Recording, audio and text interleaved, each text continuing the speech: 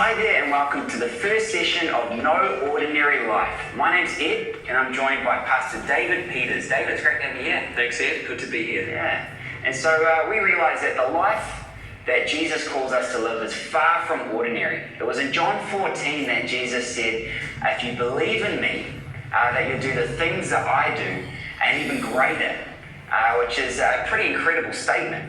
And I thought it'd be great for in our e-groups to discuss what are some of the things that Jesus calls us to do and some of the things that he did himself. So maybe discuss that in your groups. But naturally with a statement like that, it's natural to feel quite intimidated and inadequate. A lot of us, we don't feel like we're pretty enough, like we're strong enough, we know enough, we're smart enough. So the question is, how can we live the life that Jesus is speaking of? David? Yeah.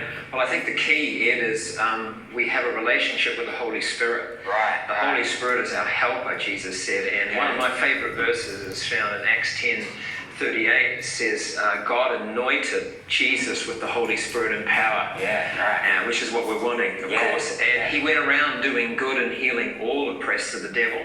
So I think it's time. I think God's saying all over the world, it's time for the church to break out of our meetings, our cell groups, as good as they are, and go around doing good.